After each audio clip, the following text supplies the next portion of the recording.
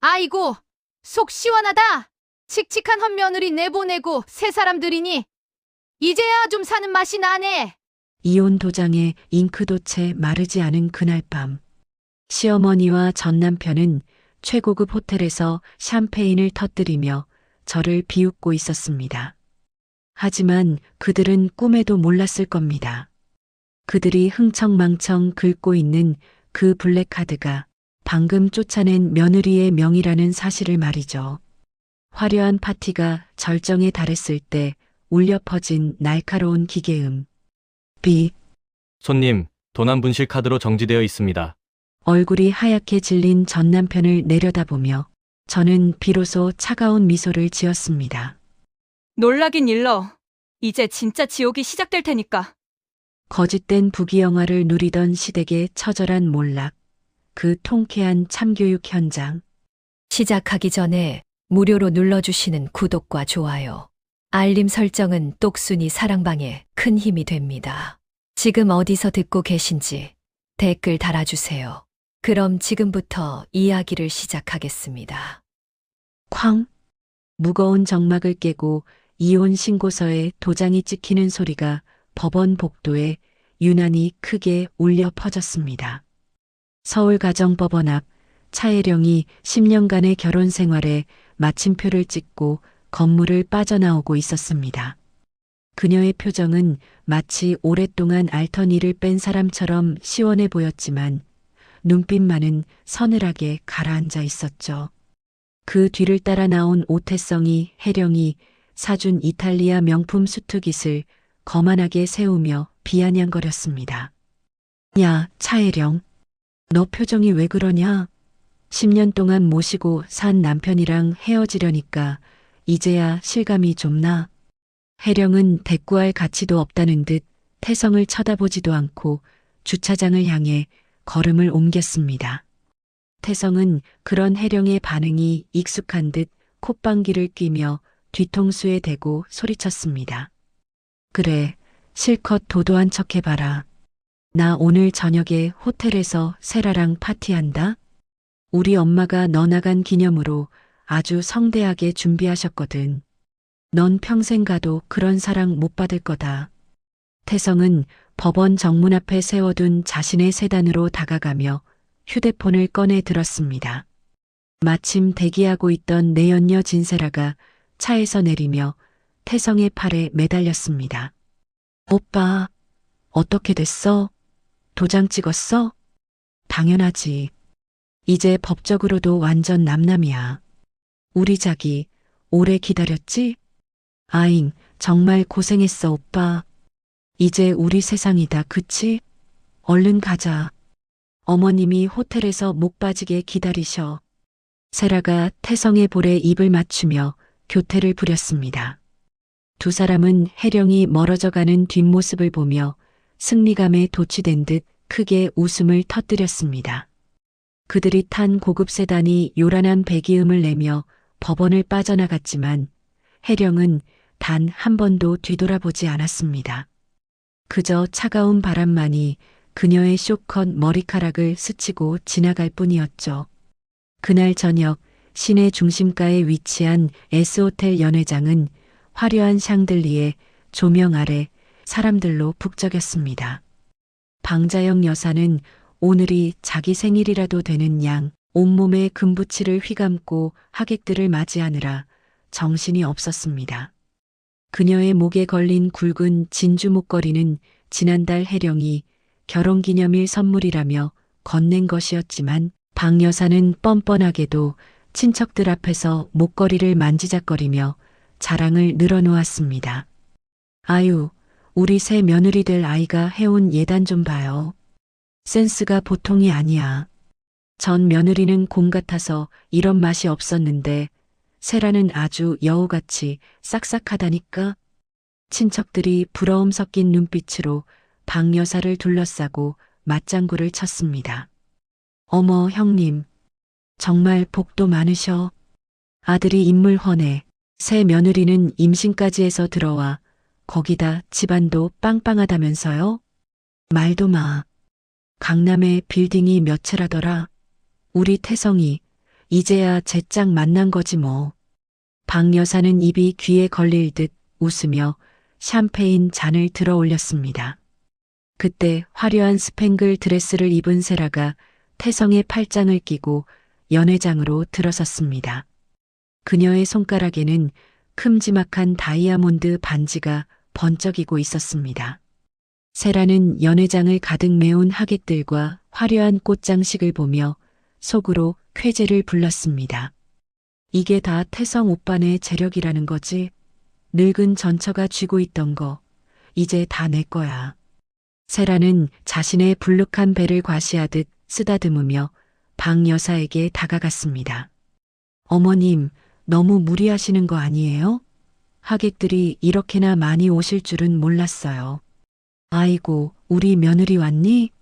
내 새끼 고생시킨 거 생각하면 이 정도는 약과지. 오늘은 마음껏 즐겨라. 다 너랑 우리 손주를 위한 거니까. 박 여사가 세라의 손을 덥석 잡으며 호들갑을 떨었습니다. 태성 역시 어깨를 으쓱하며 거들었죠. 자기야, 우리 엄마 스케일 알잖아. 앞으로는 이것보다 더 좋은 것만 누리게 해줄게. 오빠만 믿어. 오빠 정말 든든하다. 나 너무 행복해. 세라가 감격에 겨운 척 눈물을 글썽이자 태성은 으스대며 웨이터를 불러 제일 비싼 와인을 주문했습니다. 연회장 안은 그들의 웃음소리와 샴페인 터지는 소리로 가득 찼습니다. 아무도 이 화려한 파티의 비용이 누구의 주머니에서 나가는지 의심하지 않았습니다. 마치 이 순간이 영원할 것 같은 착각 속에 그들은 혜령의 존재를 까맣게 잊고 있었죠. 같은 시각 도심의 야경이 한눈에 내려다 보이는 펜트하우스 거실. 어둠이 내려앉은 거실에는 스탠드 조명 하나만이 은은하게 켜져 있었습니다. 혜령은 소파에 깊숙이 몸을 파묻은 채 창밖의 불빛들을 내려다보며 와인 잔을 흔들고 있었습니다. 호텔 연회장의 시끌벅적함과는 대조적으로 펜트하우스 안은 숨소리조차 들리지 않을 만큼 고요했습니다. 탁자 위에는 파쇄기에 갈리기 직전의 서류 뭉치들이 어지럽게 널려 있었습니다. 태성의 사업계획서, 시댁의 생활비 지출 내역, 그리고 박 여사가 혜령의 명의로 긁어댄 카드 명세서들이었죠. 혜령은 와인을 한 모금 삼키며 씁쓸한 미소를 지었습니다. 지난 10년 사랑이라는 이름으로 눈 감아 주었던 그들의 기만과 착취가 주마등처럼 스쳐 지나갔습니다.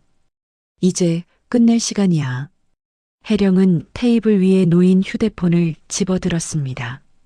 망설임 없이 단축번호 1번을 누르자 곧바로 상대방이 전화를 받았습니다. 네, 이사님. 기다리고 있었습니다. 수화기 너머로 법무팀장의 차분한 목소리가 들려왔습니다. 혜령은 차갑게 가라앉은 목소리로 지시를 내리기 시작했습니다. 이혼 접수 완료됐습니다. 예고했던 대로 모든 조치 지금 즉시 시행하세요. 알겠습니다. 오태성 씨와 방자영 씨 명의로 발급된 가족카드, 법인 카드 전부 정지하겠습니다. 그리고 리스 차량권은 어떻게 할까요? 도난 및 무단 점유로 신고하세요. 반납 요청 무시하고 계속 타고 다녔으니까요. 그리고 지금 그 사람들이 살고 있는 아파트 관리비 자동이체도 전부 해지해 주시고요. 네, 알겠습니다. 지금 바로 카드사 VIP 센터와 리스 회사에 연락 취하겠습니다. 10분 내로 처리될 겁니다. 혜령은 전화를 끊고 다시 창밖을 바라보았습니다. 유리창에 비친 그녀의 얼굴에는 더 이상 슬픔이나 미련 따위는 남아있지 않았습니다. 오직 차가운 분노와 이성만이 번득이고 있었죠. 그녀가 손에 쥔 휴대폰 화면에서 오후 8시 30분을 알리는 알람이 조용히 울렸습니다. 태성이 자랑하던 파티가 절정에 달했을 시간이었습니다. 다시 호텔 연회장. 분위기가 무르익다 못해 흐트러지기 시작할 무렵이었습니다. 박 여사는 이미 술이 거나하게 취해 친척들과 덩실덩실 춤을 추고 있었고 태성은 친구들에게 둘러싸여 허세를 부리고 있었죠. 그때 연 회장 지배인이 계산서를 들고 정중하게 태성에게 다가왔습니다. 실례합니다. 오태성 고객님. 연회 시간이 거의 끝나가서요. 결제 먼저 도와드려도 되겠습니까? 태성은 친구들에게 보란 듯이 지갑을 꺼내며 큰 소리를 쳤습니다. 아, 벌써 시간이 그렇게 됐나? 그래요, 계산합시다.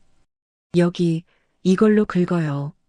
태성이 지갑에서 꺼낸 것은 혜령의 명의로 된 블랙카드였습니다.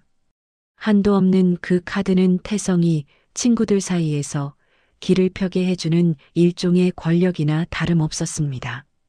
지배인이 두 손으로 공손히 카드를 받아 단말기에 꽂았습니다. 태성은 여유롭게 와인을 마시며 세라에게 윙크를 보냈습니다. 그 순간 날카로운 기계음이 연 회장의 음악 소리를 뚫고 들려왔습니다. 지배인의 표정이 순식간에 난처하게 변했습니다. 고객님, 죄송하지만 거래 정지된 카드라고 나옵니다. 태성은 와인 잔을 내려놓으며 인상을 찌푸렸습니다. 뭐라고요? 그럴 리가 없는데. 다시 긁어봐요. 기계가 고장 난 거 아니야? 지배인은 다시 한번 카드를 긁었지만 결과는 마찬가지였습니다. 죄송합니다. 분실 및 도난 코드로 정지되어 있습니다. 다른 카드는 없으신지요? 태성의 얼굴이 불그락푸르락해졌습니다. 주변에 있던 친구들이 웅성거리기 시작하자 태성은 황급히 지갑에서 다른 카드를 꺼냈습니다. 박 여사가 쓰는 법인 카드였습니다. 아이씨, 혜령이 이 여자가. 그럼 이걸로 해요. 이건 될 겁니다. 하지만 이번에도 단말기는 야속한 경고음만 토해냈습니다. 이 카드도 정지되어 있습니다, 고객님. 그제야 사태의 심각성을 감지한 태성의 등줄기에 식은땀이 흐르기 시작했습니다. 연 회장의 음악 소리가 뚝 끊기고 춤을 추던 박 여사도 멈칫하며 다가왔습니다. 태성아, 왜 그러니? 무슨 문제 있어? 아니, 엄마. 카드가 자꾸 안 긁힌다잖아. 엄마 카드 좀 줘봐요. 박 여사가 떨리는 손으로 핸드백에서 자신의 카드를 꺼내 건넸지만 결과는 똑같았습니다. 지배인의 눈빛이 의심으로 차갑게 변하는 것이 느껴졌습니다. 저기, 세라야, 너 혹시 카드 있니? 일단 내 걸로 맞고 나중에 오빠가 줄게. 태성이 다급하게 세라를 쳐다보았습니다. 하지만 세라는 당황하며 뒷걸음질 쳤습니다. 오빠, 나 지금 지갑차에 두고 왔는데. 어떻게 이럴 수가 있어? 오빠 부자라며. 하객들의 수군거림이 점점 커졌습니다. 뭐야? 돈도 없으면서 호텔 빌린 거야? 카드가 다 정지됐다는데? 부도난 거 아니야? 망신살이 뻗친 태성은 덜덜 떨리는 손으로 휴대폰을 꺼내 혜령에게 전화를 걸었습니다. 분명 혜령이 앙심을 품고 장난을 친 게 분명했습니다. 뚜뚜. 하지만 신호음 대신 건조한 안내 멘트만이 태성의 귓가를 때렸습니다. 지금 거신 번호는 없는 번호이오니 다시 확인하고 걸어주시기 바랍니다. 태성은 멍하니 휴대폰을 내려놓았습니다. 지배인이 무전기를 들고 보안 요원을 호출하는 소리가 태성의 귓가에 웅웅거리며 울렸습니다. 보안팀, 지금 크리스털 홀로 와주십시오. 무전 취식 상황 발생했습니다. 화려했던 파티장은 순식간에 아수라장으로 변해버렸고 태성은 그 한가운데서 얼어붙은 채 꼼짝도 할 수 없었습니다. 식은땀이 비 오듯 쏟아지는 태성의 등 뒤로 지배인의 단호한 목소리가 비수처럼 꽂혔습니다. 경찰을 부르겠습니다. 무전 취식은 현행범인 거 아시죠? 그 말에 박 여사가 기겁하며 지배인의 팔을 붙잡았습니다. 아이고, 선생님. 경찰이라니요? 우리가 누군지 알아요? 돈이 없는 게 아니라 기계가 이상하다니까요. 내 며느리가 오면 다 해결될 일이에요. 하지만 지배인은 이미 여러 번 겪어본 일이라는 듯 차갑게 팔을 빼냈습니다. 연회장 안의 공기는 이미 싸늘하게 식어 있었죠. 하객으로 온 친척들은 서로 눈치를 보며 수군거리기 시작했습니다. 형님, 이게 무슨 망신이에요? 호텔 밥값도 없어서 이러는 거예요? 아니, 부자 며느리 들어왔다고 큰 소리 뻥뻥 치더니 다 헛소리였어? 결국 참다 못한 태성의 작은아버지가 지갑을 열며 한숨을 푹 내쉬었습니다. 에이그, 창피해서 원. 다들 지갑 좀 엽시다. 경찰 오면 우리까지 무슨 꼴입니까? 나중에 태성이 네가 다 갚아라. 친척들이 십시일반으로 현금을 걷기 시작했습니다. 빳빳한 지폐가 테이블 위에 던져질 때마다 태성은 얼굴이 화끈거려 고개를 들 수 없었습니다. 박 여사는 억지 웃음을 지으며 손을 비벼댔습니다. 아유, 서방님. 제가 내일 당장 2배, 아니 3배로 갚을게요. 잠깐 착오가 있었나 봐요. 작은아버지는 대꾸도 하지 않고 혀를 찼습니다. 계산이 끝나자마자 친척들은 인사는커녕 경멸 어린 시선을 보내며 썰물처럼 빠져나갔습니다. 텅 빈 연회장에 남겨진 것은 먹다 남은 음식들과 처량한 신세가 된 3사람뿐이었죠.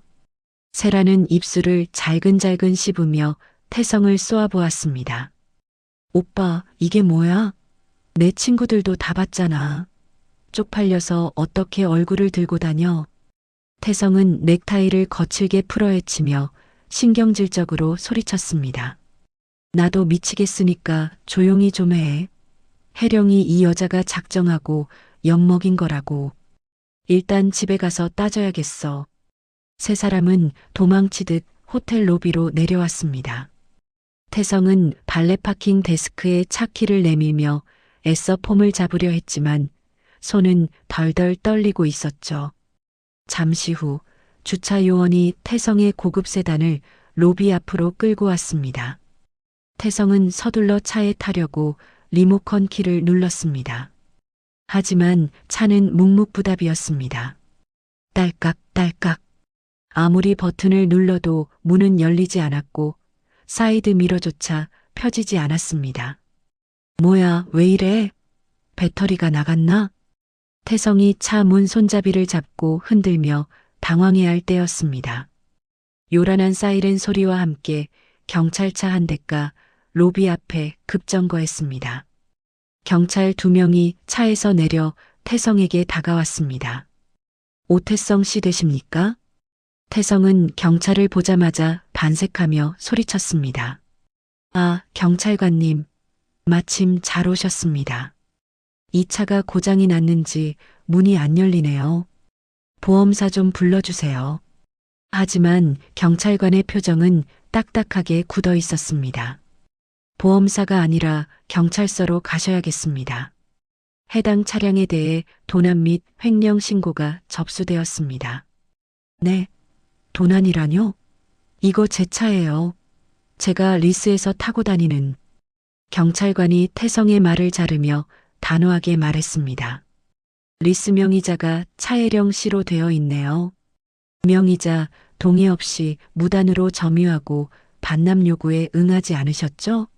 지금 즉시 차량 압류하겠습니다. 태성이 펄쩍 뛰며 항변했지만 경찰관은 들은 척도 하지 않고 견인차를 불렀습니다. 아니, 부부 사이에 무슨 도난이야. 여보세요. 이거 나. 박 여사가 경찰관의 바짓가랑이를 잡고 늘어졌지만 결국 태성의 차는 견인차에 매달려 질질 끌려갔습니다. 로비에 있던 사람들은 그 광경을 구경하며 휴대폰으로 사진을 찍어댔습니다. 세라는 핸드백으로 얼굴을 가리며 비명을 질렀습니다. 아, 찍지 마요. 찍지 말라고요. 차도 잃고 자존심도 잃은 3사람은 결국 냄새나는 택시를 잡아타고 집으로 향할 수밖에 없었습니다. 택시 안에서 박 여사는 해령을 씹어대느라 거품을 물었습니다. 독한 년, 아주 독한 년이야.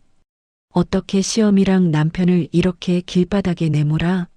내가 집에 들어가면 머리채를 다 뽑아 놓을 거야. 태성은 창밖만 바라보며 이를 갈았습니다. 두고 봐. 집에 가면 가만 안 둬. 법적으로 부부인데 지가 어쩔 거야? 택시가 익숙한 아파트 단지에 도착했습니다. 세 사람은 익숙하게 공동 현관을 지나 엘리베이터에 올랐습니다.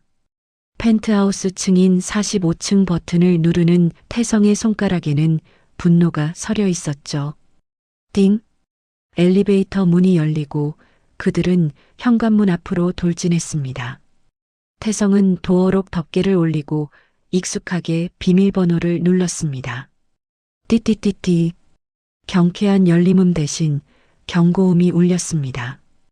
삐삐삐. 왜 이러지? 태성은 다시 한번 천천히 번호를 눌렀습니다. 하지만 결과는 같았습니다. 번호를 바꿨나 보네. 문 열어. 차혜령, 문 열어. 태성이 현관문을 주먹으로 쾅쾅 두드렸습니다. 박 여사도 합세하여 문을 발로 차며 소리쳤습니다. 얘가 어디라고 문을 걸어 잠가. 시어미가 왔는데 문 안 열어. 그때 인터폰 스피커에서 지지직거리는 잡음과 함께 낯선 남자의 목소리가 흘러나왔습니다. 누구십니까? 태성이 인터폰 화면을 노려보며 소리쳤습니다. 누구긴 누구야. 이 집 주인이다. 안에 해령이 있지? 당장 나오라고 해. 하지만 스피커 너머의 목소리는 너무나도 침착하고 사무적이었습니다. 저는 차혜령 씨의 법률 대리인입니다. 현재 이 집은 차혜령 씨의 단독 명의 자산이며 오태성 씨와 방자영 씨의 거주 권한은 이혼 접수와 동시에 소멸했습니다. 지금 즉시 퇴거하지 않으시면 주거침입 및 업무방해로 경찰을 부르겠습니다. 태성은 기가 막혀 헛웃음을 터뜨렸습니다. 뭐? 주거침입? 웃기고 있네. 내 짐이 다 저 안에 있는데 어떻게 나가? 문 열어. 변호사의 목소리가 한층 더 차가워졌습니다. 귀아들의 짐은 30분 전 포장 이사를 통해 경기도 파주에 있는 물류보관 창고로 이송되었습니다. 보관료는 선불이니 입금 후 찾아가시기 바랍니다. 창고 주소는 문자로 발송해 드렸습니다. 그 말이 끝남과 동시에 인터폰은 뚝 끊겼습니다. 박 여사는 그 자리에 털썩 주저앉았습니다. 뭐라고? 내 밍크 코트? 내 보석함? 그걸 다 창고에 처박았다고? 아이고, 나 죽네. 나 죽어. 박 여사가 복도 바닥을 치며 통곡하기 시작했습니다. 그 소리에 옆집 문이 열리고 이웃 주민이 얼굴을 찌푸리며 나왔습니다. 아, 시끄러워 죽겠네, 진짜. 경비실이죠? 여기 4501호 앞인데요. 잡상인 같은 사람들이 와서 난동을 부리네요. 빨리 좀 와주세요. 잠시 후 건장한 보안 요원들이 곤봉을 차고 올라왔습니다. 입주민 아니시죠? 나가주셔야겠습니다. 태성은 보안 요원의 팔을 뿌리치며 저항했습니다. 나 여기 살던 사람이야. 알잖아, 김씨. 나 매일 봤잖아. 하지만 경비원은 태성을 벌레 보듯 쳐다보며 무전기에 대고 말했습니다. 외부인 퇴거 조치합니다. 지원 바람. 결국 세 사람은 질질 끌려 아파트 정문 밖으로 내동댕이 쳐졌습니다. 차가운 밤바람이 얇은 드레스 차림의 세라를 덮쳤습니다. 세라는 추위에 떨며 태성의 가슴을 주먹으로 쳤습니다. 아, 오태성? 이게 다 뭐야? 강남 빌딩 주인이라며. 펜트하우스도 4명이라며. 나 임신한 몸이야. 길바닥에서 얼어 죽으라는 거야? 세라의 악에 바친 비명에 태성은 머리를 감싸쥐었습니다. 아, 좀. 나도 몰랐다고. 일단 오늘은 어디 가서 자야 할 거 아니야. 태성은 주머니를 뒤져 꼬깃꼬깃한 지폐 몇 장을 꺼냈습니다. 호텔은커녕 모텔비도 안 되는 돈이었습니다. 박 여사는 헝클어진 머리를 매만지며 울먹였습니다. 태성아, 엄마 추워. 어디라도 좀 들어가자. 세 사람은 정처 없이 밤거리를 헤매다 간판불이 반쯤 꺼진 허름한 여인숙을 발견했습니다. 달방 있음이라고 적힌 낡은 종이가 바람에 나부끼고 있었죠. 일단 저기라도 가자. 태성이 앞장서서 여인숙 안으로 들어갔습니다. 퀴퀴한 곰팡이 냄새가 코를 찔렀습니다. 카운터에 앉아있던 주인 할머니는 그들의 화려한 옷차림과 꼬질꼬질한 몰골을 번갈아 보더니 열쇠 하나를 툭 던져주었습니다. 선불이여. 물은 셀프고. 좁디 좁은 방에 들어서자마자 바퀴벌레 한 마리가 장판 틈으로 후다닥 숨어버렸습니다.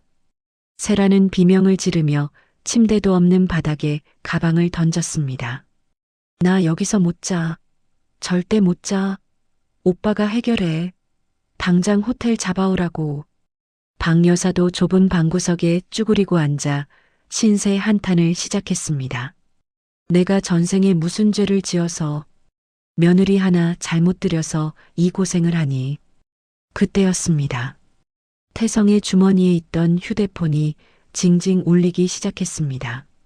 징징. 태성은 혜령이 마음을 돌려 전화한 것이길 바라며 급히 화면을 확인했습니다. 하지만 액정에 뜬 것은 카드사의 독촉 문자였습니다. 국민카드 오태성님, 금일 결제 대금 1,500만 원이 미납되었습니다. 즉시 납부 바랍니다. 징. 신한카드 리볼빙 잔액 및 연체 이자 포함 800만 원. 징. 현대캐피탈 차량 리스료 미납 및 위약금 청구서. 문자는 폭탄처럼 쏟아져 들어왔습니다.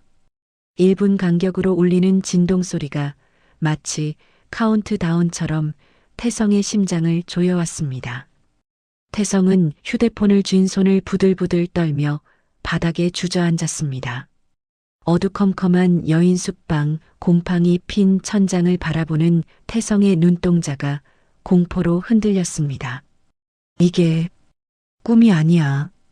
그제야 태성은 자신이 발 디디고 서 있던 땅이 사실은 혜령이 만들어준 얇은 얼음판이었다는 것을 깨달았습니다. 그리고 그 얼음은 이미 산산조각이 나버린 뒤였죠.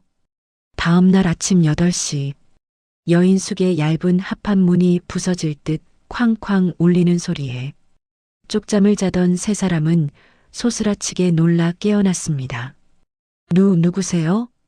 태성이 겁먹은 목소리로 물었지만 대답 대신 문고리가 뜯겨나갈 듯 돌아가더니 문이 벌컥 열렸습니다. 좁은 방 입구에는 덩치가 산만한 남자 셋이 험상궂은 표정으로 서 있었습니다. 그들의 등장만으로 방 안의 공기가 서늘해졌습니다. 방자영 씨 계시죠? 문 두드릴 때 빨리빨리 좀 나옵시다. 가장 앞에 선 남자가 구두를 신은 채 방 안으로 성큼성큼 들어왔습니다. 박 여사는 사색이 되어 이불을 끌어올리며 뒤로 물러났습니다. 누구신데 남의 방에 신발을 신고 들어와요? 누구긴요? 돈 받으러 왔지. 아줌마 지난달에 우리 사무실에서 3억 당겼었잖아요. 며느리 사업 자금 급하다고 다음 달에 갚는다고 각서 쓰고. 남자가 품에서 꼬깃꼬깃한 차용증을 꺼내 박 여사 얼굴 앞에 흔들어 보였습니다. 태성은 눈을 비비며 그 종이를 낚아채듯 확인했습니다. 분명 어머니 박 여사의 필체였고 보증인 란에는 차혜령이라는 이름이 적혀 있었습니다. 물론 도장은 막도장이었죠. 엄마, 이게 뭐야? 3억? 혜령이 몰래 이런 돈을 썼어? 태성이 비명을 지르듯 소리쳤습니다. 박 여사는 태성의 시선을 피하며 웅얼거렸습니다. 아니, 혜령이가 부자니까 금방 갚아줄 줄 알았지. 내가 쓴 돈은 얼마 안 돼. 다 너희들 품위 유지시켜 주느라. 아줌마, 핑계는 나중에 대시고 오늘이 상환일입니다. 이자까지 합쳐서 3억 5천. 당장 내놓으쇼.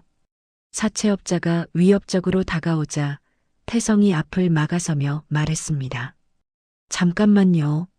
우리 지금 빈털터리인 거 안 보입니까? 며칠만 시간 주면 어떻게든. 시간? 우리한테 시간은 곧 돈이야.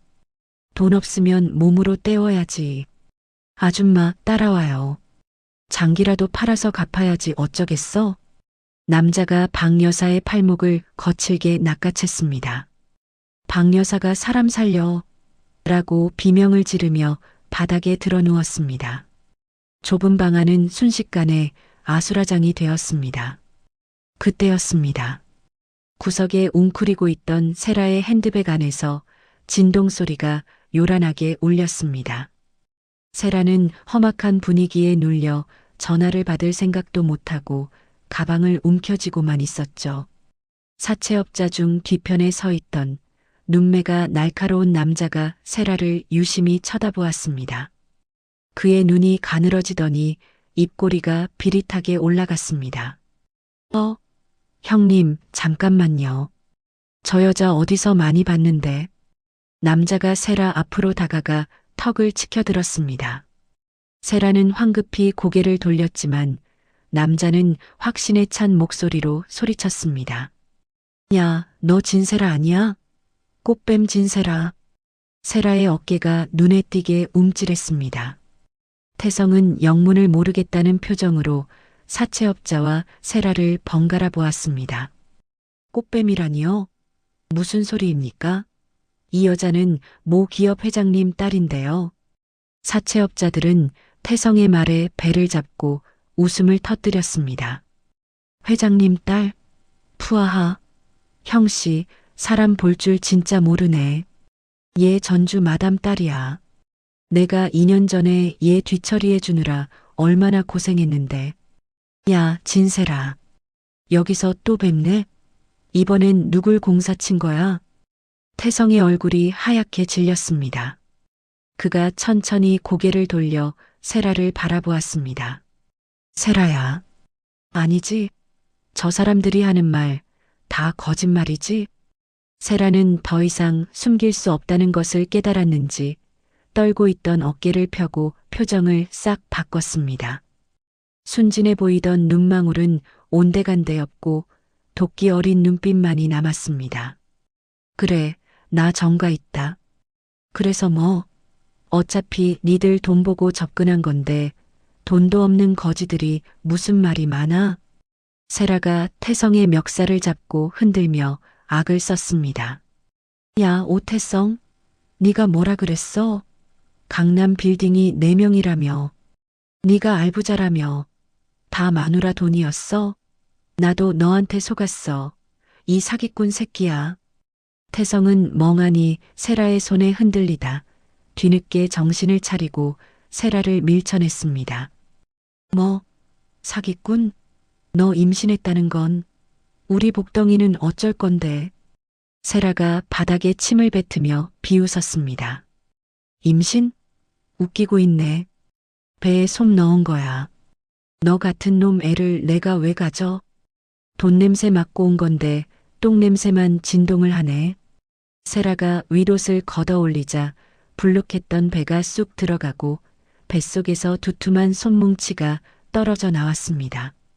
태성은 충격에 입을 다물지 못했습니다. 어머니 박 여사는 그 자리에 실신하듯 쓰러졌습니다. 아이고, 우리 집안 다 망했네. 며느리 쫓아내고 들인 게 꽃뱀이라니. 사채업자 팀장이 혀를 차며 지저분한 싸움을 중재했습니다. 자자, 부부 싸움은 나중에 하시고 우리는 돈만 받으면 되니까. 진세라, 너도 우리한테 빚 있는 거 알지? 너 여기서 도망 못 간다. 셋 다 돈 토해낼 때까지 이 방에서 한 발짝도 못 나가. 사채업자들이 방문을 가로막고 팔짱을 꼈습니다. 박 여사가 사색이 되어 태성의 바짓가랑이를 붙잡고 울부짖었습니다. 태성아, 어떡하냐? 혜령이한테 가보자. 걔가 그래도 10년 정이 있는데 설마 시어머니가 잡혀 죽게 생겼는데 모른 척 하겠니? 가서 빌면 돈 줄 거야. 태성은 자존심이 상했지만 다른 방도가 없었습니다. 이 좁은 방에서 사채업자들에게 뜯어먹히느니 혜령에게 무릎을 꿇는 게 나아 보였습니다. 태성은 이를 악물고 말했습니다. 좋아요. 돈 줄 사람한테 갑시다. 우리 전처 차혜령 회사로 가면 돈 받을 수 있어요. 사채업자 팀장이 흥미롭다는 듯 고개를 끄덕였습니다. 오호, 그 식품회사 사장님? 그래, 부자 며느리 뒀다니 믿어보지. 앞장서. 한편 그 시각 강남 테헤란로의 높은 빌딩 15층. 혜령은 깔끔하게 정돈된 회의실에서 로펌 변호사들과 마주 앉아 있었습니다. 통유리 너머로 들어오는 아침 햇살이 그녀의 냉철한 표정을 비쳤습니다. 대표님, 요청하신 접근 금지 가처분 신청서는 오늘 오전 중으로 법원에 접수됩니다. 그리고 방자영 씨의 사문서 위조건과 오태성 씨의 명예훼손건에 대한 고소장도 준비 마쳤습니다. 혜령은 서류를 꼼꼼히 훑어보며 고개를 끄덕였습니다. 수고하셨어요. 그리고 오늘 중으로 그들이 찾아올 겁니다. 아마 돈이 급해서 눈이 뒤집혔겠죠. 보안팀의 인원을 2배로 늘리라고 지시해뒀습니다. 로비 입구에서부터 차단될 겁니다. 네. 절대 엘리베이터 타지 못하게 하세요. 회사 직원들이 동요하는 일 없어야 합니다. 그리고 혜령은 잠시 말을 멈추고 창밖을 응시했습니다. 태성과 시댁 식구들이 겪고 있을 혼란이 눈에 선하게 그려졌습니다. 하지만 그녀의 마음에 동정심은 한 조각도 남아있지 않았습니다. 그들이 난동을 부리면 바로 경찰에 신고하세요. 합의는 없습니다. 알겠습니다. 철저하게 대응하겠습니다. 변호사들이 나가고 혼자 남은 회의실 혜령은 쓰고 있던 만년필을 탁 소리나게 내려놓았습니다. 이제 시작이야. 뼈저리게 느껴봐. 당신들이 무시했던 내 존재가 얼마나 컸는지. 1시간 뒤 혜령의 회사 로비 회전문이 돌아가며 기이한 일행이 들어섰습니다. 며칠째 씻지 못해 꾀죄죄한 태성과 박여사, 화장이 번진 채 표독스러운 표정을 짓고 있는 세라, 그리고 그들을 감시하듯 둘러싼 덩치 큰 사채업자들까지. 로비를 지나가던 직원들이 힐끗거리며 그들을 피해갔습니다. 태성은 직원들의 시선을 애써 무시하며 안내 데스크로 직진했습니다. 차혜령 대표 나오라 그래. 나 오태성이야. 남편이 왔는데 어디 숨어 있어. 태성이 데스크를 주먹으로 내리치며 고함을 질렀습니다. 안내 데스크 직원이 깜짝 놀라 일어섰지만 곧바로 대기하고 있던 보안 요원들이 달려왔습니다. 무슨 일이십니까? 업무 방해하지 마시고 나가주세요. 보안 팀장이 건장한 체격으로 태성의 앞을 가로막았습니다. 태성은 보안 팀장의 가슴팍을 밀치며 악을 썼습니다. 업무 방해? 나 여기 사장 남편이야. 비켜. 혜령이 만나야 돼. 박 여사도 옆에서 거들었습니다. 아이고, 내가 시어미다. 며느리가 시어미를 문전박대해? 혜령아, 나와봐라. 사람이 죽게 생겼는데 네가 어떻게 이럴 수 있니? 세라는 팔짱을 낀 채 그 꼴을 지켜보며 비아냥거렸습니다. 오빠, 그만 좀 해. 쪽팔리게 진짜. 혜령인지 뭔지 내려오지도 않잖아. 사채업자들은 로비 소파에 거만하게 앉아 그 상황을 구경하고 있었습니다. 집안꼴 잘 돌아간다. 빨리빨리 좀 해결합시다. 태성은 보안 요원들에게 제지당해 바닥에 나뒹굴면서도 엘리베이터 쪽을 향해 기어갔습니다. 그의 눈에는 광기가 서려 있었습니다. 혜령아, 나 알잖아. 내가 잘못했어. 한 번만 만나줘. 제발. 태성은 혜령이 자신을 아직 사랑하고 있을 것이라는 아니, 사랑해야만 한다는 망상에 사로잡혀 있었습니다. 자신이 이렇게 비참한 꼴을 보이면 혜령이 마음 약해져서 내려올 것이라 믿었죠. 하지만 엘리베이터 문은 굳게 닫힌 채 열릴 기미가 보이지 않았습니다. 대신 건물 밖에서 요란한 사이렌 소리가 들려오기 시작했습니다. 누가 경찰 불렀어? 사채업자들이 웅성거리며 일어섰습니다. 곧이어 제복을 입은 경찰관들이 로비로 들이닥쳤습니다. 신고받고 왔습니다. 여기서 난동 부리는 사람들이 누굽니까? 보안팀장이 태성 일행을 가리켰습니다. 이 사람들입니다. 업무 방해 및 퇴거 불응으로 신고합니다. 경찰관들이 태성과 박 여사에게 다가갔습니다. 태성은 경찰관의 팔을 뿌리치며 발악했습니다. 나, 이거 안 나? 나 내 마누라 만나러 온 거야. 부부 싸움 좀 한 건데 왜 경찰이 끼어들어? 선생님, 이미 이혼 접수된 상태라고 들었습니다. 법적으로 남남이시고 지금은 명백한 업무 방해입니다. 계속 이러시면 현행범으로 체포합니다. 경찰관의 단호한 경고에 태성은 억울함에 눈물을 터뜨렸습니다. 아니야. 우린 아직 안 끝났어. 혜령이가 나를 얼마나 사랑하는데. 이게 다 오해라고. 태성은 경찰들에게 양팔이 붙들려 질질 끌려나가면서도 혜령의 사무실이 있는 위층을 향해 목을 놓아 울었습니다. 박 여사는 바닥에 대자로 뻗어 통곡했고 세라는 경찰이 다가오자 전 그냥 따라온 거예요. 라며 꼬리를 내렸습니다. 로비의 대형 유리창 너머로 15층 펜트하우스에서 이 모든 광경을 무표정하게 내려다보는 혜령의 실루엣이 희미하게 비쳤습니다. 마치 개미떼의 발악을 지켜보는 거인처럼 혜령은 미동도 하지 않았습니다. 태성의 처절한 외침은 두꺼운 유리벽에 막혀 그녀에게 닿지 못했습니다. 그렇게 시댁 식구들은 철저하게 짓밟힌 채 회사 밖으로 내동댕이 쳐졌습니다. 로비에서의 한바탕 소동이 지나간 뒤 혜령은 흐트러진 마음을 다잡고 곧장 투자 설명회장으로 향했습니다. 그녀가 준비한 아이템은 프리미엄 밀키트 사업이었습니다. 혜령이 시댁 식구들 뒷바라지를 하며 틈틈이 연구하고 개발해온 레시피들이 고스란히 담겨 있었죠. 하지만 분위기는 냉랭하기 그지없었습니다. 심사위원들은 혜령의 사업 계획서보다 그녀의 최근 이혼 뉴스에 더 관심을 보였습니다. 가운데 앉은 중년의 남성 심사위원이 안경을 고쳤으며 날카롭게 지적했습니다. 차혜령 대표님, 아이템은 좋은데 말입니다. 지금 이혼 소송 중이시죠?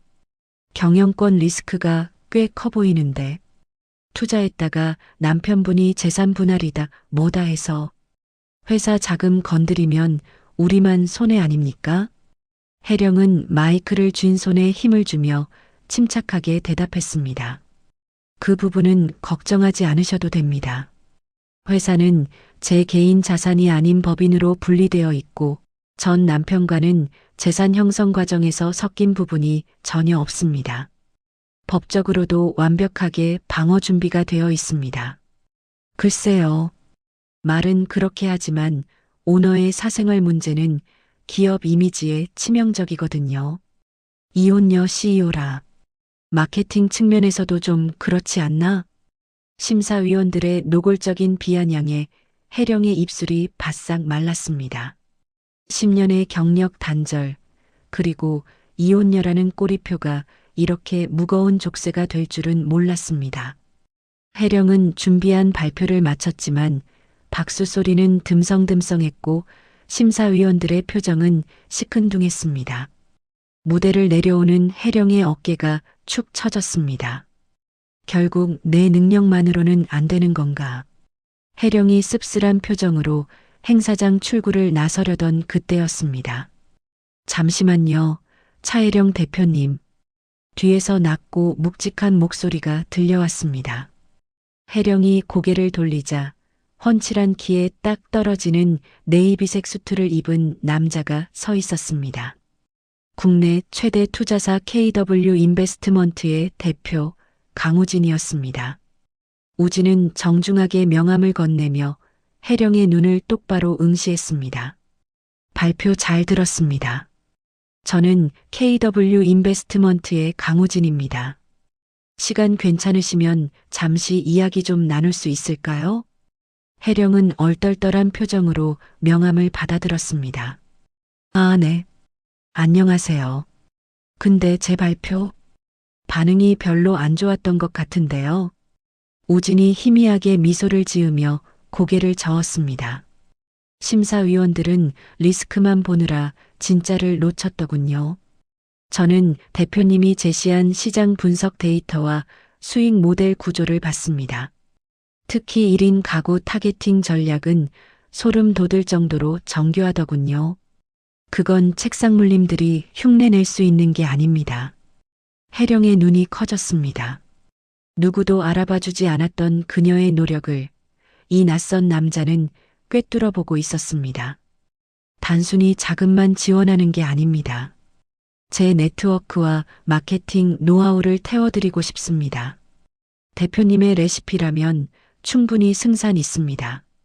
우진의 확신에 찬 눈빛에서 혜령은 잊고 있었던 뜨거운 무언가가 가슴속에서 꿈틀거리는 것을 느꼈습니다. 감사합니다. 제 가치를 알아봐 주셔서요. 감사는 계약서 쓰고 하시죠. 다음 주에 사무실로 오십시오. 우진은 짧고 강렬한 인상을 남긴 채 뒤도 돌아보지 않고 멋지게 걸어 나갔습니다. 혜령은 그 뒷모습을 한참이나 바라보았습니다. 절망의 끝에서 만난 동아줄 같았습니다. 일주일 후 강남의 KW 인베스트먼트 대회의 실, 혜령은 긴장된 표정으로 두툼한 투자 계약서에 도장을 찍었습니다. 우진은 맞은편에서 그 모습을 흐뭇하게 지켜보다가 손을 내밀었습니다. 축하합니다, 차 대표님. 이제 우리는 한 배를 탔습니다. 잘 부탁드립니다, 강 대표님. 실망시켜드리지 않겠습니다. 두 사람의 손이 맞잡혔습니다. 우진의 손은 크고 따뜻했습니다. 그리고 한 가지 더. 저희 법무팀을 붙여드리겠습니다. 개인적인 일. 전 남편분 문제로 시끄러우신 것 같던데 사업에 집중하시려면 주변 정리부터 확실히 하는 게 좋으니까요. 혜령은 깜짝 놀라 우진을 쳐다보았습니다. 제 개인사까지 신경 써주시는 건가요? 투자자로서 리스크 관리 차원입니다. 그리고 제 파트너가 억울한 일 당하는 꼴은 못 보는 성격이라서요. 우진의 담백하면서도 배려 섞인 말에 혜령의 얼굴이 살짝 붉어졌습니다. 태성에게서는 한 번도 느껴보지 못한 든든함이었습니다. 그날부터 혜령과 우진은 밤낮 없이 붙어 다녔습니다. 신제품 개발을 위해 공장을 답사하고 마케팅 회의를 하며 도시락으로 끼니를 때우는 날들이 이어졌습니다. 일은 고되었지만 혜령은 살아있음을 느꼈습니다. 우진은 혜령의 의견을 존중해 주었고 혜령이 놓치는 부분을 세심하게 챙겨주었습니다. 어느 날 늦은 밤 사무실에 단둘이 남아 야근을 하던 중이었습니다. 우진이 따뜻한 커피와 샌드위치를 혜령의 책상 위에 올려놓았습니다. 좀 쉬어가면서 하시죠. 눈밑이 퀭합니다. 아, 감사합니다. 이번 시즌 메뉴가 너무 중요해서요. 신경 쓸 게 많네요. 혜령이 기지개를 켜며 웃자 우진이 책상 한쪽에 놓인 혜령의 낡은 노트를 가리키며 말했습니다. 사실 저 대표님 팬이었습니다. 네, 팬이라니요? 10년 전 대학원생 시절에 쓰신 논문 현대인 식생활 변화와 HMR 시장의 미래. 그거 읽고 충격받았었거든요. 그때부터 이분은 꼭 만나보고 싶다 생각했었는데 이렇게 비즈니스 파트너로 만나게 될 줄은 몰랐습니다. 혜령은 멍하니 우진을 바라보았습니다. 그 논문은 결혼과 동시에 시댁 뒷바라지에 치여 있고 살았던 그녀의 꿈이자 자존심이었습니다. 그걸 기억하세요? 아무도 안 읽는 논문이었는데 저한테는 바이블이었습니다. 그러니까 자신감을 가지세요. 차혜령 씨는 누구보다 빛나는 사람입니다. 누군가의 아내나 며느리가 아니라 그냥 차혜령 자체로요. 우진의 진심 어린 고백에 혜령의 눈시울이 붉어졌습니다. 10년간 시댁에서 너 같은 게 뭘 아냐며 무시당했던 상처가 우진의 말 한마디에 눈 녹듯 씻겨 내려가는 것 같았습니다. 혜령은 고개를 숙여 눈물을 감추며 작게 속삭였습니다. 고마워요. 정말로. 우진은 대답 대신 혜령의 어깨를 조심스럽게 토닥여 주었습니다. 창밖의 달빛이 두 사람을 부드럽게 감쌌습니다. 한편 같은 시각 혜령의 회사 건물 밖. 어둠이 짙게 깔린 화단 뒤편에 웅크리고 앉은 그림자가 있었습니다. 며칠 전 경찰서에서 훈방 조치된 후 갈 곳이 없어 거리를 전전하던 태성이었습니다. 그의 몰골은 처참했습니다. 명품 수트는 때가 타서 꼬질꼬질했고 수염은 덥수룩하게 자라 노숙자와 다름없었죠. 그는 편의점에서 산 소주병을 입에 털어넣으며 혜령의 회사 입구만 뚫어져라 노려보고 있었습니다. 나쁜 년. 지는 따뜻한 사무실에서 호의호식하고 나는 길바닥에서 이게 무슨 꼴이야. 태성은 혜령이 내려와서 내가 잘못했어. 다시 돌아와 줘라고 빌기만을 기다리고 있었습니다. 자신의 처지를 비관하면서도 모든 원인을 혜령 탓으로 돌리는 못난 버릇은 여전했습니다. 그때 로비에 불이 꺼지고 회전문이 돌아가며 두 남녀가 걸어 나왔습니다. 혜령과 우진이었습니다. 태성은 소주병을 쥔 손에 힘을 주며 몸을 숨겼습니다. 혜령은 환하게 웃고 있었습니다. 태성과 살 때는 한 번도 보여주지 않았던 편안하고 행복해 보이는 미소였습니다. 옆에 선 우진은 혜령의 가방을 들어주며 다정하게 차 문을 열어주고 있었죠. 우진의 고급 세단은 태성이 타던 것보다 훨씬 비싼 모델이었습니다. 태성의 눈에 핏발이 섰습니다. 뭐야? 저 자식은? 나 내쫓은 지 얼마나 됐다고 벌써 딴 놈을 만나? 태성은 떨리는 손으로 휴대폰을 꺼내 카메라 모드를 켰습니다. 그리고 두 사람이 차에 타는 모습을 몰래 촬영하기 시작했습니다. 찰칵, 찰칵. 화면 속 혜령은 너무나 행복해 보였고 그 모습이 태성의 뒤틀린 열등감에 기름을 부었습니다. 아, 그랬구나. 차혜령, 너 바람났었구나. 그래서 나한테 이혼하자고 난리친 거였어? 저 돈 많은 놈한테 갈아타려고? 태성은 혼자만의 망상 소설을 써내려가며 킬킬거렸습니다. 그래, 이거야. 이게 증거라고. 네가 불륜 저질러서 가정이 파탄 난 거라고 뒤집어 씌우면 위자료는커녕 내 재산 내가 다 뺏어올 수 있어.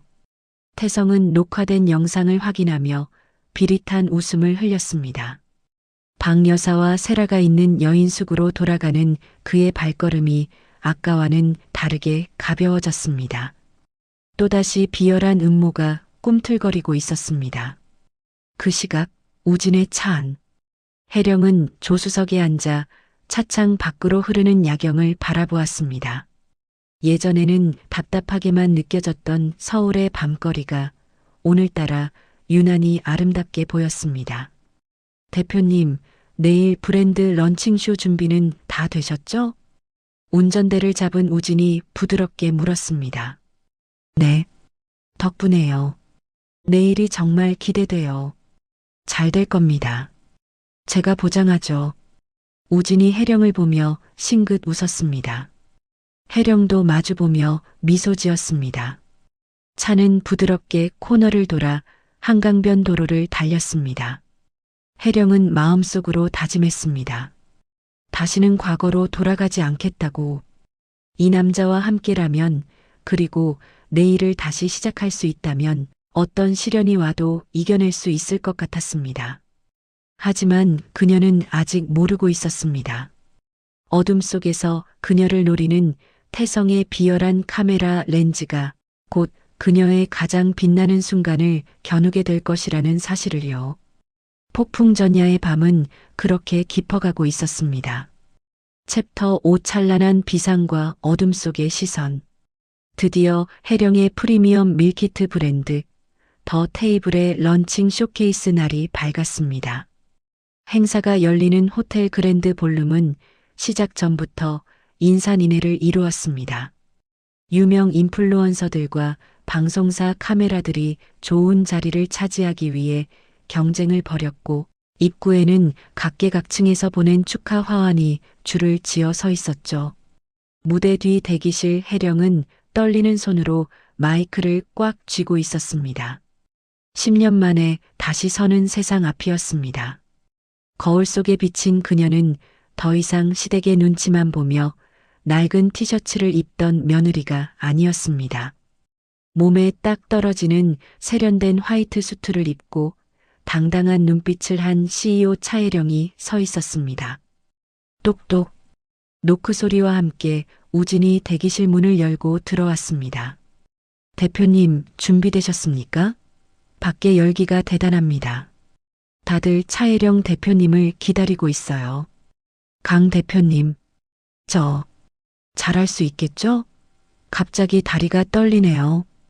혜령이 긴장된 표정으로 가슴에 손을 얹자 우진이 다가와 따뜻한 눈빛으로 그녀를 바라보았습니다. 그럼요. 오늘의 주인공은 당신입니다. 당신이 지난 10년간 갈고 닦은 실력 그리고 우리가 함께 밤새워 준비한 열정을 믿으세요. 그냥 무대를 즐기시면 됩니다.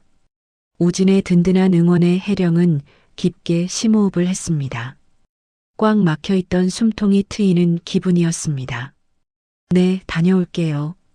혜령은 우진을 향해 환하게 미소 짓고는 씩씩한 발걸음으로 무대를 향해 걸어 나갔습니다. 화려한 조명이 켜지고 혜령이 무대 중앙에 등장하자 장내가 떠나갈 듯한 박수와 함성으로 가득 찼습니다. 반갑습니다. 더 테이블의 대표 차혜령입니다. 혜령의 목소리는 떨림 없이 차분하고 힘이 있었습니다.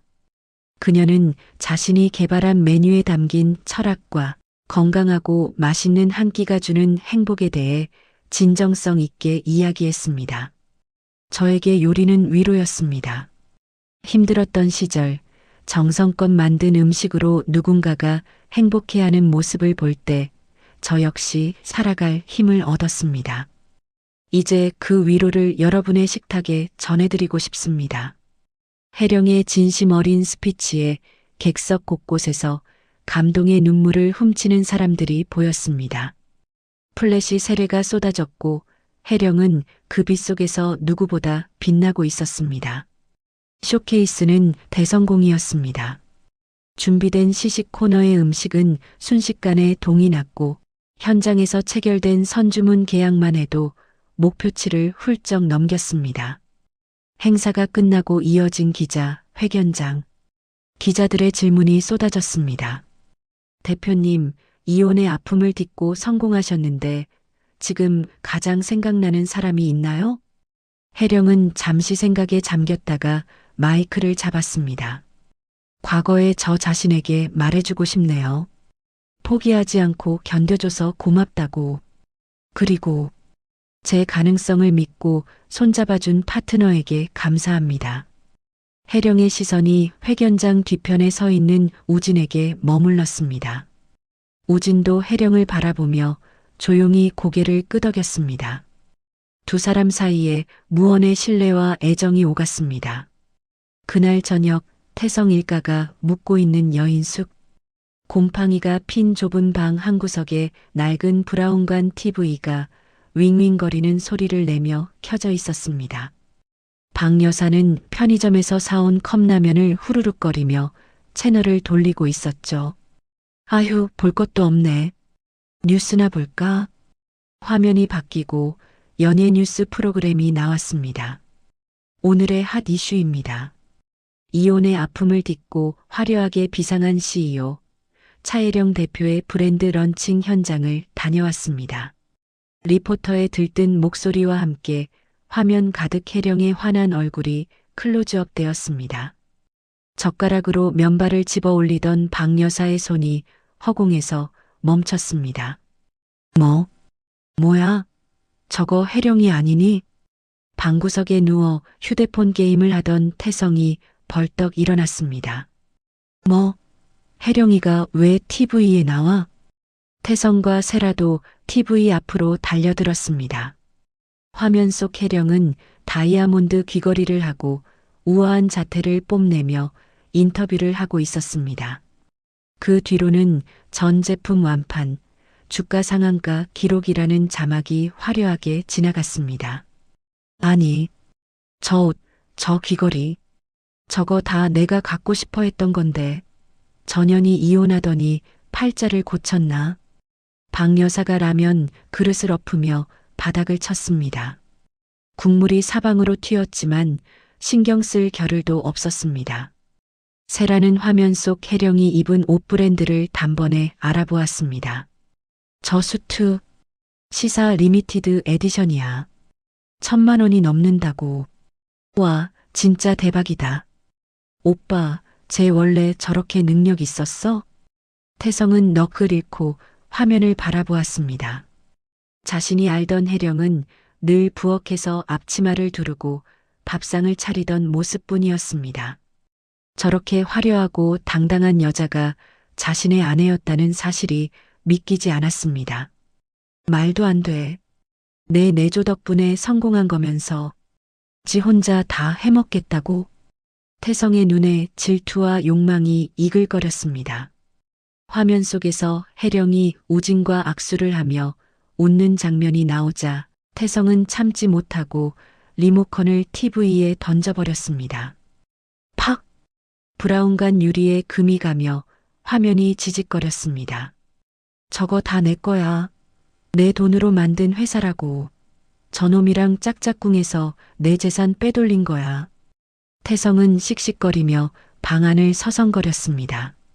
배신감과 열등감이 그의 이성을 마비시켰습니다. 엄마, 세라야. 잘 봐. 내가 저거 다시 다 찾아올 거야. 혜령이 전현 내가 가만 안 둬. 런칭 파티가 끝난 후 혜령의 회사 옥상 정원. 도심의 야경이 파노라마처럼 펼쳐진 곳에서 혜령과 우진 그리고 직원들이 샴페인 잔을 들고 서 있었습니다. 자, 모두 잔 드세요. 더 테이블의 성공적인 런칭을 위하여. 경쾌한 짠소리와 함께 축배가 이어졌습니다. 직원들의 얼굴에는 성취감과 기쁨이 가득했습니다. 혜령은 한 명 한 명에게 눈을 맞추며 고마움을 전했습니다. 파티가 무르익을 무렵 우진이 혜령에게 다가왔습니다. 잠깐 바람 좀 쐴까요? 두 사람은 난간 쪽으로 걸어갔습니다. 시원한 밤바람이 뜨거웠던 하루의 열기를 식혀주었습니다. 오늘 정말 멋졌습니다, 대표님. 제가 투자한 기업 중에 최고였어요. 다 대표님 덕분이에요. 저 혼자였으면 여기까지 못 왔을 겁니다. 혜령이 수줍게 웃으며 샴페인을 한 모금 마셨습니다. 우진은 주머니에서 작은 상자를 꺼내 혜령에게 건넸습니다. 이게 뭐예요?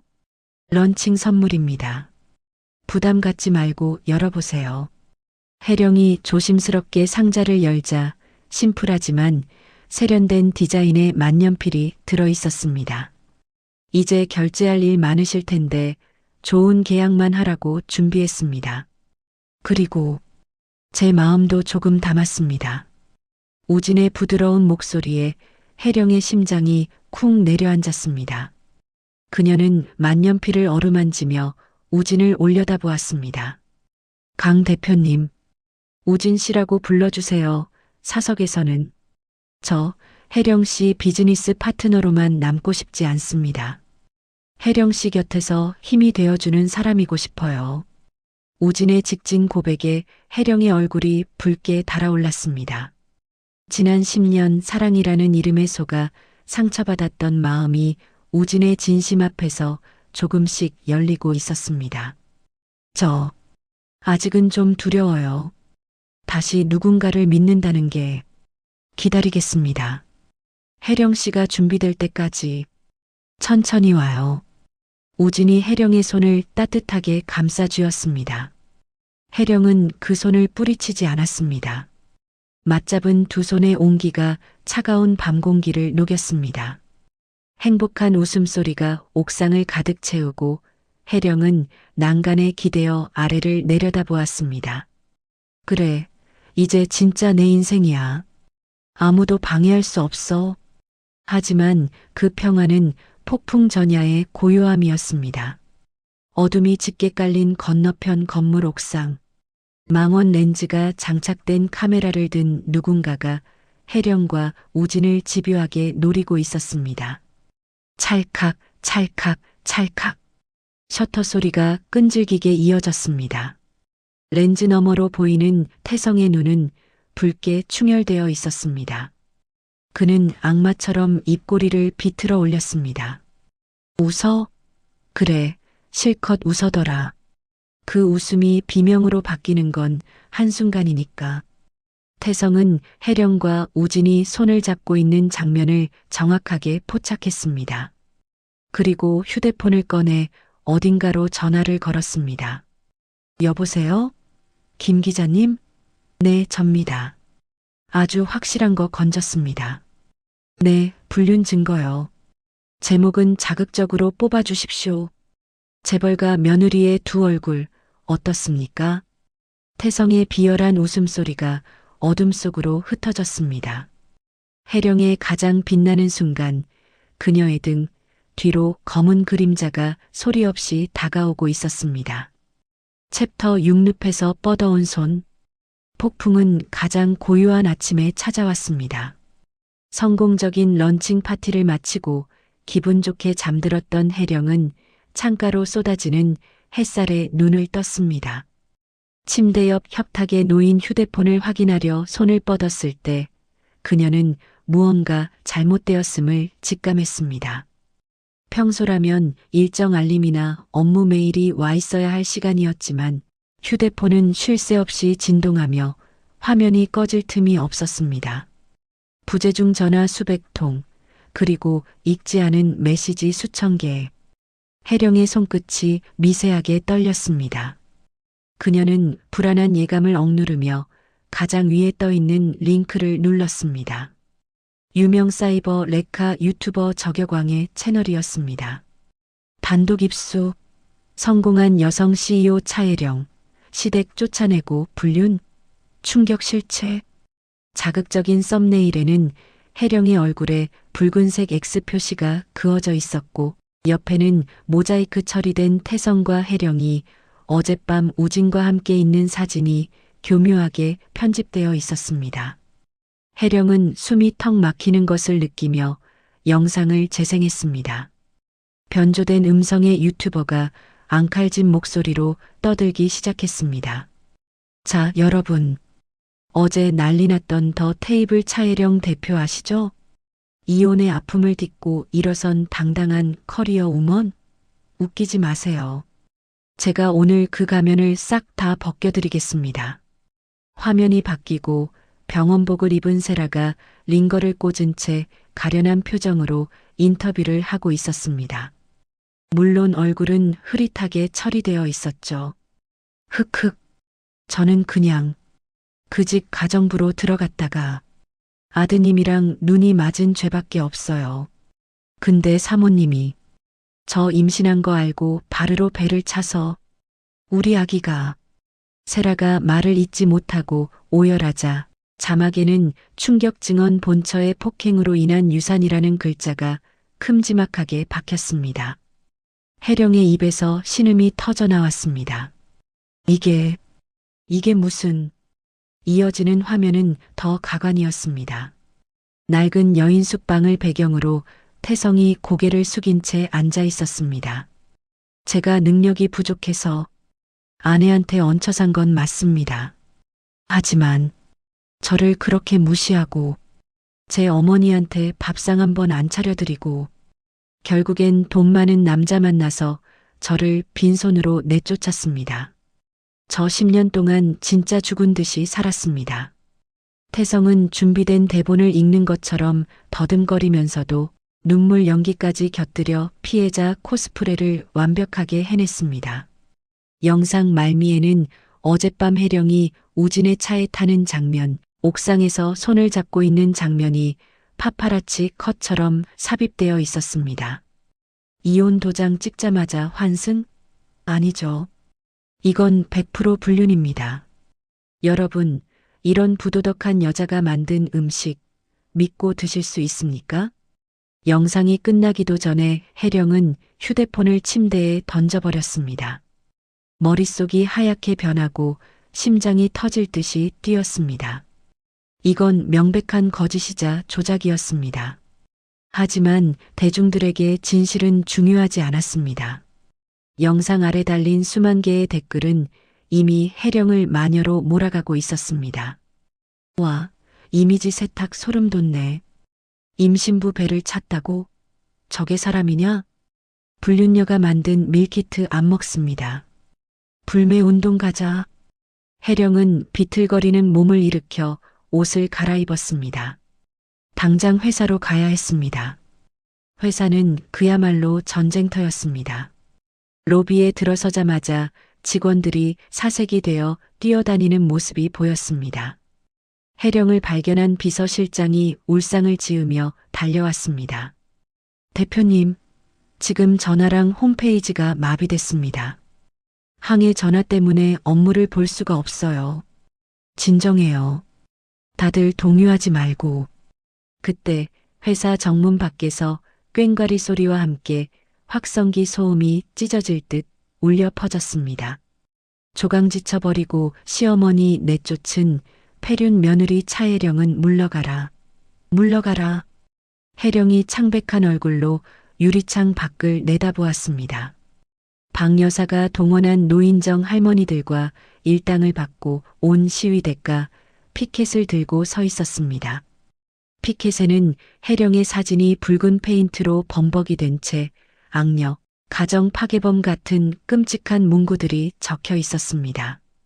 박 여사는 그 맨 앞에서 상복을 입고 곡을 하며 퍼포먼스를 벌이고 있었죠. 아이고, 내 아들 신세야. 며느리 잘 만나 호강시켜준다더니 알거지로 만들어 내쫓네. 천벌을 받으련. 기자들은 그 모습을 찍어 나르기에 바빴고 지나가는 시민들은 혀를 차며 혜령의 회사를 손가락질했습니다.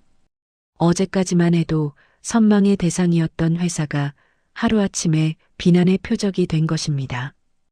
혜령은 다리에 힘이 풀려 그 자리에 주저앉을 뻔했습니다. 그때 주머니 속 휴대폰이 다시 울렸습니다. 발신자는 오태성이었습니다. 혜령은 떨리는 손으로 통화 버튼을 눌렀습니다. 여보세요. 수화기 너머로 태성의 비릿한 웃음소리가 들려왔습니다. 어때? 내 선물 마음에 들어? 어제 보니까 아주 행복해 죽더만. 지옥맛 좀 보니까 정신이 드냐? 오태성, 너 미쳤어? 이런 짓을 하고도 무사할 것 같아? 이건 명백한 허위사실 유포야. 허위? 증거 있어? 사람들은 네가 불륜녀라는 거에 더 관심 많아. 그리고 변호사 통해서 소장 보냈다. 재산분할 청구랑 위자료 소송. 네가 번 돈 절반은 내 몫이야. 내가 내조했잖아. 태성의 뻔뻔함에 혜령은 말문이 막혔습니다. 원하는 게 뭐야? 심플해. 합의금 50억. 그리고 내 빌딩, 아니 내 명의로 된 강남 빌딩 내놔. 그럼 영상 내리고 조용히 사라져 줄게. 아니면 뭐 평생 불륜녀 딱지 달고 살든가. 아, 그 투자자 놈도 같이 매장당하겠네. 너 정말 바닥이구나. 바닥은 네가 기고 있는 거고. 생각 잘해라. 시간은 우리 편이니까. 뚝. 전화가 끊겼습니다. 혜령은 분노와 억울함에 치가 떨려 비명이라도 지르고 싶었습니다. 하지만 지금 무너지면 정말 끝이라는 생각에 입술을 깨물며 버텼습니다. 그때 집무실 문이 벌컥 열리고 마케팅 팀장이 뛰어들어왔습니다. 대표님, 큰일 났습니다. 지유통이랑 H마트에서 연락 왔는데요. 당장 제품 철수하겠답니다. 불매 운동 여파가 너무 커서 이미지 타격 입는다고 위약금 청구하겠다는 곳도 있습니다. 뭐라고요? 계약서에 그런 조항은. 투자자들도 난리 났습니다. 주가가 아침부터 하한가 쳤어요. 강우진 대표님 쪽 투자사에서도 해명 요구하고 있고요. 사방이 막힌 벽 같았습니다. 혜령이 공들여 쌓아 올린 탑이 모래성처럼 무너져 내리고 있었습니다. 그녀는 책상에 엎드려 머리를 감싸쥐었습니다. 귀에서는 이명 소리가 들리고 눈앞이 깜깜해졌습니다. 어떡하지? 나 때문에 우진 씨까지 피해를 보면. 두려움이 엄습해 올 때 누군가 혜령의 어깨를 단단히 잡았습니다. 고개를 들자 우진이 서 있었습니다. 평소에 흐트러짐 없는 모습 그대로였지만 눈빛만은 매섭게 빛나고 있었죠. 강 대표님, 죄송해요. 저 때문에. 혜령이 울먹이며 말하자 우진은 단호한 목소리로 말을 잘랐습니다. 죄송하다는 말 지금은 하지 마십시오. 저 사람들은 대표님이 무너지고 울고불고 매달리길 바라는 겁니다. 그 장단에 춤춰주실 겁니까? 우진의 차가운 일갈에 혜령은 정신이 번쩍 들었습니다. 지금부터 감정은 버리세요. 이건 진실 게임이 아니라 여론전이고 법적인 싸움입니다. 울 시간이 있으면 증거를 찾아야죠. 하지만 너무 완벽하게 조작해놨어요. 사람들은 이미 사람들은 자극적인 걸 좋아할 뿐이지 바보는 아닙니다. 팩트로 뒤집으면 그 분노는 배가 되어서 저들에게 돌아갑니다. 우진은 혜령을 일으켜 세우고 소파에 앉혔습니다. 그리고 자신의 태블릿 PC를 꺼내 무언가를 보여주었습니다. 이 영상 분석해봤습니다. 태성 씨가 여인숙에 있다고 했죠? 근데 영상 배경에 찍힌 달력, 작년 겁니다. 미리 찍어둔 영상이거나 합성이라는 거죠. 그리고 세라 씨 진단서 확대해보면 병원 로고가 흐릿합니다. 위조 가능성 큽니다. 혜령은 우진이 가리키는 부분을 자세히 들여다보았습니다. 당황해서 보이지 않았던 허점들이 하나둘씩 눈에 들어오기 시작했습니다. 저들이 급하게 공격하느라 실수를 남겼군요. 맞습니다. 그리고 오태성 씨, 도박빚 때문에 사채 쓴 정황 포착했습니다. 저한테 정보원이 좀 있거든요. 갑자기 왜 이렇게 무리수를 두나 했더니 똥줄이 탔던 겁니다. 우진의 설명에 혜령의 눈빛이 달라지기 시작했습니다. 두려움은 사라지고 그 자리에 서늘한 이성이 차올랐습니다. 도박이었군요. 그래서 50억을 요구한 거고. 네. 그 협박 전화 녹음하셨습니까? 네. 자동 녹음됐어요. 좋습니다. 그게 결정적인 스모킹 건이 될 겁니다. 그리고 방자영 씨가 시위대 동원한 거, 돈 주고 고용한 증거도 찾아야 합니다. 저들은 지금 범죄를 저지르고 있는 거예요. 우진은 혜령의 손을 꼭 잡으며 눈을 맞췄습니다. 혜령 씨, 혼자 싸우게 안 됩니다. 제가 최고의 로펌 팀이랑 포렌식 전문가 붙여드리겠습니다. 그리고 사설 탐정도 고용했습니다. 세라 씨 뒤를 캐보면 더 더러운 게 나올 겁니다. 혜령은 우진의 손을 맞잡으며 고개를 끄덕였습니다. 고마워요. 우진 씨 덕분에 정신이 드네요. 저 절대 안 져요. 제 인생, 그리고 우리 회사, 저 따위 쓰레기들한테 안 뺏길 거예요. 그 눈빛입니다. 제가 반했던 차혜령 대표님 모습이 우진이 빙긋 웃어 보이자 혜령도 옅은 미소를 지었습니다.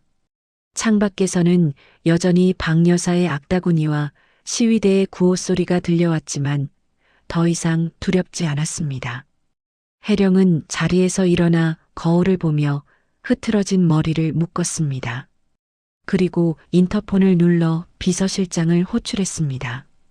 실장님, 지금 당장 법무팀 소집하세요. 그리고 홍보팀에는 반박 기사 준비하라고 하시고요. 공식 입장 발표할 겁니다. 전투 준비는 끝났습니다. 혜령은 창가로 다가가 아래를 내려다보았습니다. 개미떼처럼 보이는 시위대와 그 뒤에 숨어 있을 태성을 향해 그녀는 나지막이 의졸였습니다. 그래, 어디 한번 끝까지 가보자. 누가 먼저 죽나? 유리창에 비친 그녀의 얼굴은 더 이상 피해자의 것이 아니었습니다.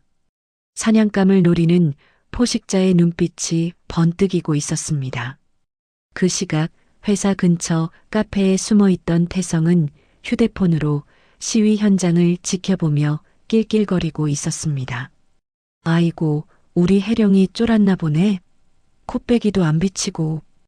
야, 김 변호사. 소장 접수됐지? 이제 슬슬 합의하자고 연락 올 때 됐는데. 옆에 앉은 야비한 인상의 변호사가 커피를 마시며 고개를 끄덕였습니다.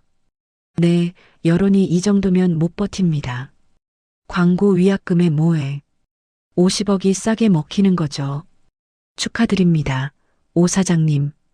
곧 돈방석 앉으시겠네. 그래야지. 내가 그동안 맘고생한 게 얼만데. 태성은 김칫국을 사발로 들이키며 다리를 떨었습니다. 하지만 그는 꿈에도 몰랐습니다. 자신이 건드린 것이 겁먹은 토끼가 아니라 잠자고 있던 사자였다는 사실을요. 혜령과 우진의 반격은 태성이 상상조차 하지 못한 방식으로 아주 치밀하고 잔혹하게 준비되고 있었습니다. 챕터 7 완벽한 반격. 폭풍우가 몰아치던 3일이 지났습니다. 혜령의 회사 대회의실에는 무거운 침묵만이 감돌고 있었습니다. 하지만 그 침묵은 패배자의 것이 아니었습니다. 사냥을 앞둔 맹수의 숨고르기였죠. 테이블 위에는 두꺼운 서류 뭉치와 USB 메모리들이 가지런히 놓여 있었습니다. 우진이 넥타이를 느슨하게 풀며 혜령을 바라보았습니다. 준비는 완벽합니다. 포렌식 결과 오태성 씨가 조작한 영상의 원본 로그 기록을 다 찾아냈습니다. 그리고 이게 결정타가 될 겁니다. 우진이 서류 한 장을 혜령 앞으로 밀었습니다. 불법 도박 사이트 입출금 내역서였습니다. 오태성 씨, 지난 1년 동안 필리핀 서버를 둔 도박 사이트에서 20억을 날렸더군요. 최근 사채업자들에게 쫓긴 이유도, 혜령 씨에게 50억을 요구한 이유도 다 이것 때문이었습니다. 혜령은 서류를 넘기며 차갑게 식은 눈으로 숫자를 확인했습니다. 정말 구제불능이네요. 도박 빚 때문에 나를 불륜녀로 몰아? 그리고 진세라 씨, 아니 본명 김미숙 씨. 과거가 화려하더군요. 사기전과 산범에 꽃뱀 공갈 협박으로 집행유예 기간이었습니다. 피해자 모임 대표 인터뷰까지 땄습니다. 박 여사님이 위조한 차용증 원본도 확보했고요. 물론입니다. 필적 감정 결과까지 다 나왔습니다. 이 정도면 그들을 사회에서 매장시키고도 남습니다. 혜령은 자리에서 일어났습니다. 그녀의 손에는 땀이 배어 있었지만 눈빛은 그 어느 때보다 또렷했습니다. 가시죠. 제 인생을 되찾으러. 우진이 혜령의 뒤를 든든하게 지키며 문을 열었습니다. 오후 2시 혜령의 회사 1층 로비에 마련된 긴급 기자회견장. 수백 명의 취재진이 몰려들어 발 디딜 틈조차 없었습니다.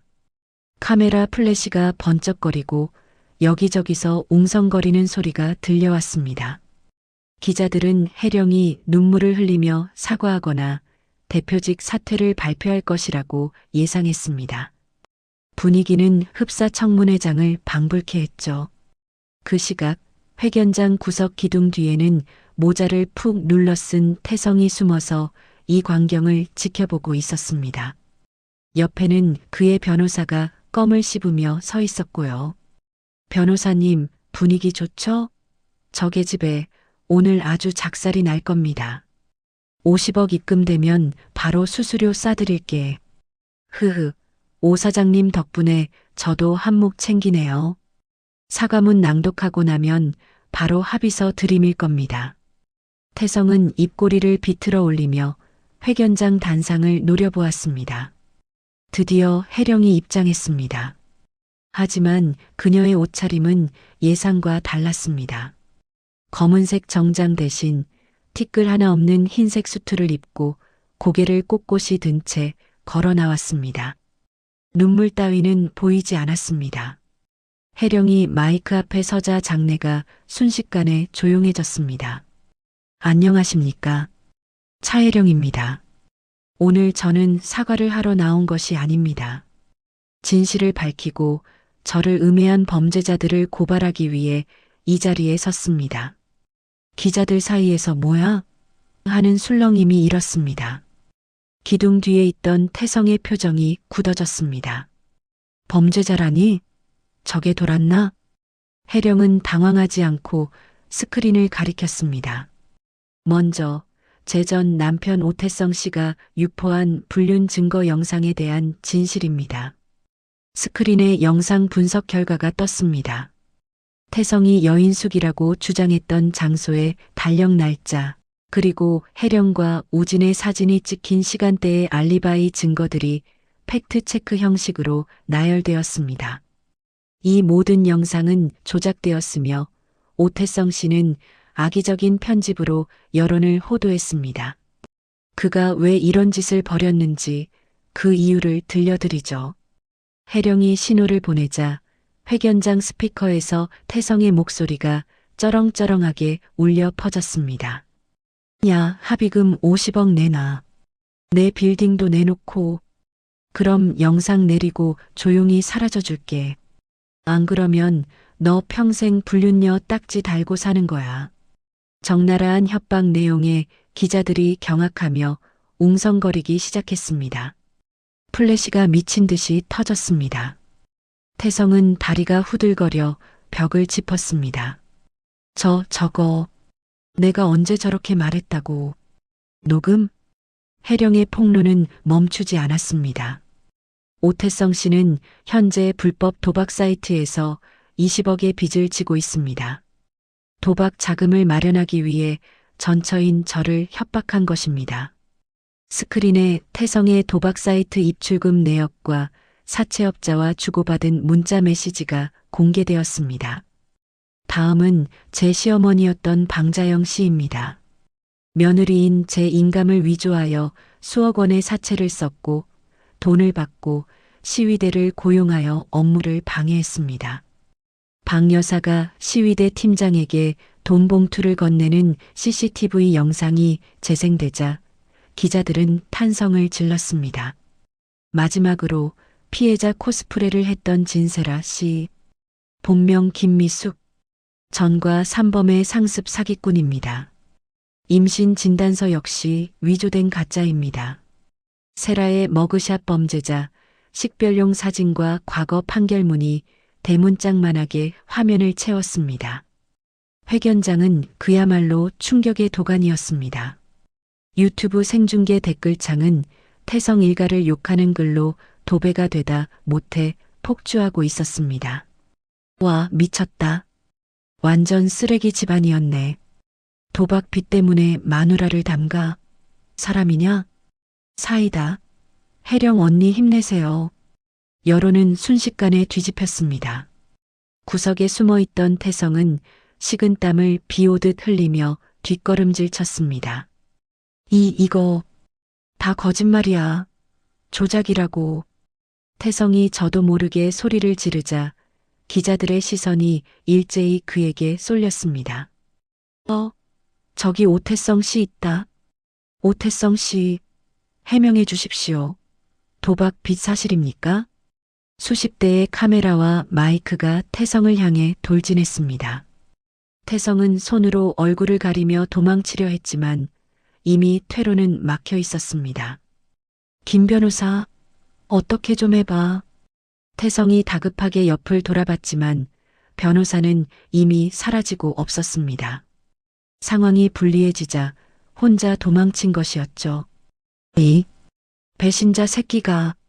그때 회견장 입구에서 길 비키세요 하는 고함과 함께 제복 입은 경찰들이 들이닥쳤습니다. 오태성 씨, 당신을 공갈 미수, 정보통신망법 위반, 상습 도박 혐의로 긴급 체포합니다. 경찰이 태성의 손목에 수갑을 채웠습니다. 철컥. 차가운 금속음이 태성의 발악을 잠재웠습니다. 이거나, 난 억울해. 저 여자가 다 꾸민 거라고. 혜령아, 차혜령, 네가 어떻게 나한테 이럴 수 있어. 태성은 끌려나가면서도 단상 위에 있는 혜령을 향해 악을 썼습니다. 혜령은 그런 태성을 서늘한 눈으로 내려다보며 마이크에 대고 마지막 한마디를 던졌습니다. 법정에서 봅시다. 합의는 절대 없습니다. 한편 회사 밖에서 시위를 주도하던 박 여사에게도 경찰이 들이닥쳤습니다. 방자영 씨 사문서 위조 및 행사, 업무방해 혐의로 체포합니다. 아이고, 이거 왜 이래. 나 노인네야. 며느리가 시어미를 고소하는 법이 어디 있어.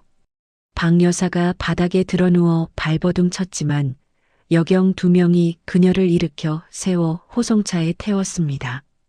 그녀가 들고 있던 악덕 며느리 피켓이 바닥에 떨어져 짓밟혔습니다. 로비 밖 화단 뒤에 숨어서 상황을 지켜보던 세라는 태성과 박 여사가 잡혀가는 것을 보고 사색이 되어 몸을 돌렸습니다. 망했다. 튀어야 돼. 세라가 하이힐을 벗어들고 맨발로 도망치려던 순간 검은 양복을 입은 사내들이 그녀의 앞을 가로막았습니다. 며칠 전 여인숙에 찾아왔던 그 사채업자들이었습니다. 어이, 김미숙이. 어딜 가시나? 우리 돈 갚고 가야지. 아, 오빠들. 그게 아니라. 세라가 뒷걸음질 치자 뒤에서는 경찰들이 다가왔습니다. 진세라 씨 맞으시죠? 사기 및 명예훼손 혐의로 체포합니다. 앞에는 빚쟁이, 뒤에는 경찰. 도간에 든 쥐가 된 세라는 그 자리에 주저앉아 엉엉 울기 시작했습니다. 저 아니에요. 다 태성 오빠가 시켜서 한 거예요. 저도 피해자라고요. 하지만 아무도 그녀의 거짓 눈물을 믿어주지 않았습니다. 모든 상황이 정리된 후 기자회견장은 텅 비었습니다. 소란이 휩쓸고 간 자리에 혜령과 우진만이 남았습니다. 혜령은 다리에 힘이 풀려 의자에 털썩 주저앉았습니다. 긴장이 풀리자 참았던 숨이 터져 나왔습니다. 끝났네요. 정말로. 우진이 다가와 혜령에게 물을 건넸습니다. 수고하셨습니다. 완벽했습니다. 우진 씨 아니었으면 못했을 거예요. 저 사람들이 잡혀가는 걸 보는데 통쾌하면서도 한편으로는 참 허무하네요. 저런 사람들 때문에 내 10년을 바쳤다는 게. 혜령의 눈가에 맺힌 눈물을 우진이 손수건으로 조심스럽게 닦아주었습니다. 그 10년이 있었기에 지금의 단단한 혜령 씨가 있는 겁니다. 이제 과거는 다 청산했습니다. 찌꺼기 하나 남지 않게요. 네, 맞아요. 이제 진짜 다 끝났어요. 혜령은 창밖을 내다보았습니다. 경찰차의 붉은 경광등이 멀어지고 있었습니다. 태성 일가가 타고 있는 그 차는 혜령의 인생에서 영원히 사라지고 있었습니다. 혜령의 휴대폰이 울렸습니다. 비서실장의 메시지였습니다. 대표님, 지우통이랑 H마트에서 다시 연락 왔습니다. 오해해서 죄송하다고 계약 연장하고 싶답니다. 그리고 주물량이 폭주해서 서버 증설해야 할 것 같습니다. 혜령의 입가에 옅은 미소가 번졌습니다. 우진 씨, 우리 할 일이 많겠는데요? 서버가 터질 것 같다네요. 우진도 마주보고 웃었습니다. 그럼요. 이제 올라갈 일만 남았으니까요. 같이 가시죠, 파트너. 우진이 내민 손을 혜령이 굳게 잡았습니다. 두 사람의 손은 이제 비즈니스를 넘어 서로의 인생을 지탱해주는 단단한 연결고리가 되었습니다. 창밖으로 맑게 갠 하늘이 보였습니다. 폭풍우가 지나간 자리에는 더 눈부신 햇살이 비치고 있었습니다. 챕터 8 새로운 봄. 계절이 바뀌어 차가웠던 바람 끝에 훈훈한 봄 기운이 묻어나는 3월이 되었습니다. 서울 구치소의 독방. 한평 남짓한 좁은 공간에 갇힌 태성은 헬쑥해진 얼굴로 벽을 보고 앉아 있었습니다. 그의 손에는 몽당 연필과 꼬깃꼬깃해진 편지지가 들려 있었죠. 혜령아, 내가 잘못했어. 내가 잠시 미쳤었나 봐. 제발 한 번만 면회 와주라. 우리 좋았던 때도 있었잖아. 태성은 눈물 콧물을 흘려가며 반성문을 쓰고 있었습니다. 하지만 그 내용은 진정한 참회라기보다는 어떻게든 이 상황을 모면해 보려는 비굴한 변명에 가까웠습니다. 철컥. 철창문이 열리며 교도관이 식판을 밀어 넣었습니다. 1054번, 밥 먹어. 그리고 그 편지 좀 그만 써라. 수치인 불명으로 다 반송되어 오잖아. 받는 사람이 안 받겠다는데 왜 자꾸 난리야? 태성은 식판을 밀쳐내고 교도관의 바짓가랑이를 잡으려 손을 뻗었습니다. 교도관님, 제발이요. 제 아내가, 아니 전처가 아직 화가 안 풀려서 그래요. 이 편지 꼭 좀 전해주세요. 네, 제가 나가면 살해할게요. 저 강남에 빌딩도 있는 사람이에요. 교도관은 혀를 차며 태성의 손을 뿌리쳤습니다. 이 양반이 아직도 정신 못 차렸네. 당신 도박빚 때문에 빈털털이 된 거 전 국민이 다 알아. 빌딩은 무슨, 얌전히 콩밥이나 먹고 징역 살 준비나 해. 교도관이 매정하게 돌아서자 태성은 바닥을 치며 오열했습니다. 아니야. 이건 꿈이야. 내가 왜 여기 있어. 혜령아, 나 좀 꺼내줘. 옆방 수감자가 벽을 쿵쿵 치며 소리쳤습니다. 아, 조용히 좀 합시다.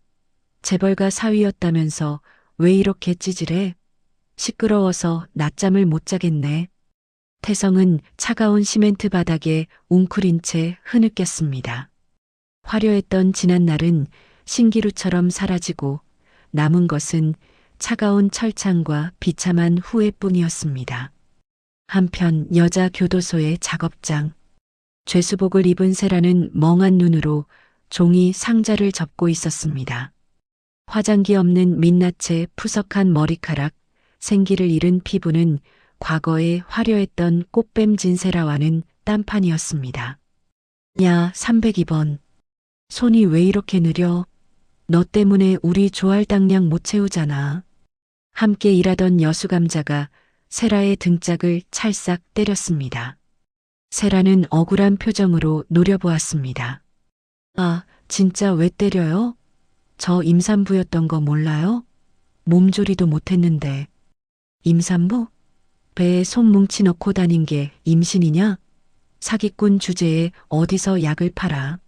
너 밖에서 남자들 등쳐먹던 버릇 못 고쳤지?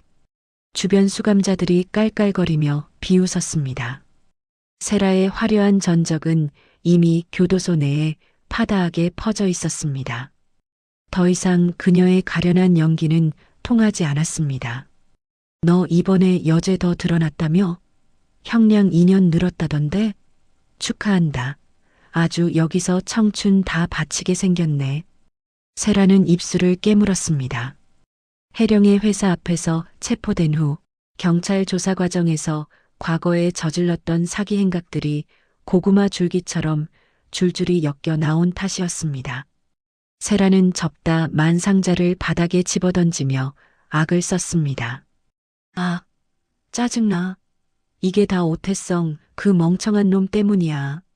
돈 많은 줄 알고 붙었더니 완전 꽝이었어. 하지만 그녀의 절규에 귀 기울여주는 사람은 아무도 없었습니다. 그녀는 철저히 혼자였고 앞으로도 긴 시간 동안 고립된 채 죗값을 치러야 했습니다. 교도소 밖의 세상도 그들에게 가혹하기는 마찬가지였습니다. 서울의 한 낡은 주택가 골목. 허리가 굽은 노인 한 명이 리어카를 힘겹게 끌고 오르막길을 오르고 있었습니다. 꾀재재한 점퍼에 낡은 운동화를 신은 그녀는 한때 사모님 소리를 들으며 떵떵거렸던 방 여사였습니다. 아이고 허리야. 아이고 다리야. 집행유예로 풀려나긴 했지만 그녀를 기다리고 있는 건 산더미 같은 빚독 촉장이었습니다. 해령의 카드로 샀던 명품 가방과 보석들은 빚쟁이들에게 뺏기거나 헐값에 팔려나갔고 남은 건 몸뚱어리 하나뿐이었습니다. 길가에 버려진 라면 박스를 주부려던 박 여사는 먼저 박스를 잡은 다른 할머니와 신랑이를 버렸습니다. 이거 내가 먼저 봤어. 저리 비켜. 무슨 소리야? 내가 먼저 찜했구만. 텃세 부리지 말고 저쪽 가서 주워. 이 할망구가 진짜 내가 누군지 알아? 나 박 여사야. 강남 아파트 살던 사람이라고. 강남은 무슨 폐지 줍는 주제의 유세는. 비키라니까. 할머니에게 밀려 엉덩방아를 찧은 박 여사는 서러움에 눈물을 쏟았습니다. 지나가던 사람들이 혀를 차며 쳐다봤지만 도와주는 이는 없었습니다. 그때 근처 전파상 유리창 너머로 뉴스 화면이 눈에 들어왔습니다. 올해의 기업인 상, 더 테이블 차혜령 대표 수상, 해외 진출 쾌거. 화면 속 혜령은 눈부시게 아름다웠습니다. 트로피를 들고 환하게 웃는 며느리의 모습. 그 옆에는 훤칠한 우진이 꽃다발을 들고 서 있었습니다. 박 여사는 떨리는 손으로 유리창을 더듬었습니다. 혜령아, 내 며느리. 저게 다 내 복이었는데 내가 내 발로 복을 찾구나. 박 여사는 땅을 치며 후회했지만 이미 엎질러진 물이었습니다. 그녀의 귓가에는 어머니 식사하세요라며 따뜻한 밥상을 차려주던 혜령의 목소리가 환청처럼 들려와 그녀를 더욱 비참하게 만들었습니다. 같은 시각 도심의 한 호텔 그랜드 볼룸. 화려한 조명 아래 혜령은 수많은 카메라 플래시 세례를 받으며 단상에 서 있었습니다. 한국경제인협회가 주관하는 올해의 혁신 기업인 상 시상식이었습니다. 이 상은 저 혼자만의 것이 아닙니다. 가장 힘든 순간 저를 믿고 함께해준 직원들, 그리고 제 가능성을 알아봐준 파트너에게 이 영광을 돌립니다. 혜령의 시선이 객석 맨 앞줄에 앉아있는 우진에게 머물렀습니다. 우진은 누구보다 벅찬 표정으로 박수를 보내고 있었습니다. 시상식이 끝나고 리셉션이 이어졌습니다.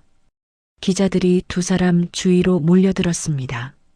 차 대표님, 강우진 대표님과 열애설이 파다한데 공식적으로 인정하시는 겁니까? 혜령은 잠시 우진을 바라보았습니다. 우진이 고개를 끄덕이며 혜령의 손을 잡았습니다. 네, 맞습니다. 저희는 서로에게 가장 든든한 사업 파트너이자 인생의 동반자가 되기로 했습니다. 우진이 당당하게 대답하자 기자들의 환호와 박수가 터져나왔습니다. 혜령은 수줍게 웃으며 우진의 손을 꽉 잡았습니다. 더 이상 숨길 것도 두려울 것도 없는 당당한 사랑이었습니다. 며칠 후 혜령은 법무사를 대동하고 부동산 중개사무소를 찾았습니다. 태성과 신혼생활을 시작했던, 그리고 시댁 식구들을 내쫓았던 그 아파트를 매각하는 날이었습니다. 매수인이 잔금을 치르고 서류에 도장을 찍자 혜령은 비로소 묵은 체증이 내려가는 듯한 기분을 느꼈습니다. 사무소를 나온 혜령은 곧바로 은행으로 향했습니다. 이 수표 전액 기부하겠습니다. 창구 직원이 놀란 눈으로 혜령을 쳐다보았습니다. 전액을요? 금액이 상당한데 어디로 보내드릴까요? 한부모 가정자립지원재단으로 보내주세요. 그리고 기부자 명은 익명으로 해주세요. 혜령은 망설임 없이 서명했습니다. 그 돈은 태성과의 10년 세월이 담긴 돈이었지만 그녀에게는 털어버려야 할 과거의 잔재일 뿐이었습니다. 이제 정말 다 비워냈어. 은행 문을 나서는 혜령의 발걸음은 깃털처럼 가벼웠습니다. 건물 밖에는 우진의 차가 대기하고 있었습니다. 우진은 조수석 문을 열어주며 빙긋 웃었습니다. 일 다 보셨어요? 표정이 아주 좋아 보이는데요? 네. 숙제 다 끝낸 기분이에요. 이제 어디로 갈까요? 오늘은 날씨가 너무 좋잖아요. 그냥 달립시다. 바다가 보이는 곳으로. 우진이 선글라스를 끼며 시동을 걸었습니다. 차는 꽉 막힌 도심을 벗어나 시원하게 뚫린 고속도로를 향해 달렸습니다. 1시간쯤 달렸을까 창밖으로 푸른 동에 바다가 펼쳐지기 시작했습니다. 우진은 오픈카의 지붕을 열었습니다. 3월의 따스한 햇살과 짭조름한 바다 내음이 차 안으로 쏟아져 들어왔습니다. 혜령은 눈을 감고 바람을 느꼈습니다. 머리카락이 기분 좋게 흩날렸습니다. 우진 씨, 그거 알아요? 저 이렇게 뚜껑 열린 차 타고 바다 보는 거 평생 소원이었어요. 그래요? 그럼 진작 올 걸 그랬네요. 앞으로는 매일매일 소원 들어줄게요. 우진이 혜령의 손을 잡고 부드럽게 입을 맞췄습니다. 혜령 씨, 지난 10년 겨울이 참 길었죠? 네. 정말 춥고 어둡고 끝이 안 보일 것 같았어요. 이제 걱정 말아요. 당신 인생의 겨울은 끝났으니까. 지금 이 햇살처럼 앞으로는 계속 따뜻한 봄날일 겁니다. 혜령은 우진의 말에 눈시울이 붉어졌습니다. 하지만 그것은 슬픔의 눈물이 아니었습니다. 벅차오르는 감동과 행복의 눈물이었습니다. 고마워요, 우진 씨. 나를 다시 꽃 피우게 해줘서. 혜령은 활짝 웃으며 바다를 향해 소리쳤습니다. 안녕, 내 과거. 그리고 반가워, 내 진짜 인생. 그녀의 목소리가 파도 소리에 섞여 멀리 퍼져나갔습니다. 태성의 굴레, 시댁의 억압, 세상의 편견. 그 모든 것을 털어버린 외침이었습니다. 우진도 혜령을 따라 소리쳤습니다. 반갑다, 차혜령의 봄. 두 사람은 서로를 마주보며 아이처럼 크게 웃었습니다. 그 웃음소리는 그 어떤 음악보다 아름답게 울려 퍼졌습니다. 끝없이 펼쳐진 수평선 위로 눈부신 태양이 빛나고 두 사람이 탄 차는 해안도로를 따라 힘차게 달려나갔습니다. 굽이친 길을 돌 때마다 새로운 풍경이 펼쳐지듯 그들의 앞날에도 찬란한 축복만이 기다리고 있을 것 같았습니다. 꽉 막혔던 가슴이 뻥 뚫리는 듯한 통쾌함, 그리고 마음 한구석이 따뜻해지는 완벽한 해피엔딩이었습니다. 차가운 겨울을 견뎌낸 혜령 씨에게 찾아온 따뜻한 봄날, 여러분도 함께 느끼셨나요? 남의 눈에 눈물 내면 제 눈에는 피눈물이 난다는 옛말이 하나도 틀린 게 없다는 걸 다시 한번 깨닫게 되는 시간이었습니다. 욕심과 거짓은 결국 무너지고 진심과 노력은 반드시 빛을 본다는 사실이 여러분께도 시원한 위로가 되었으면 좋겠습니다. 지금 힘든 시기를 보내고 계신 분들이 있다면 혜령 씨처럼 꼭 일어서서 자신만의 찬란한 봄을 맞이하시길 진심으로 응원하겠습니다. 여러분의 삶은 언제나 여러분이 주인공입니다. 이야기를 끝까지 들어주신 분이 계시다면 잘 들었다고 댓글 하나만 남겨주세요. 지금까지 똑순이 사랑방이었습니다. 감사합니다.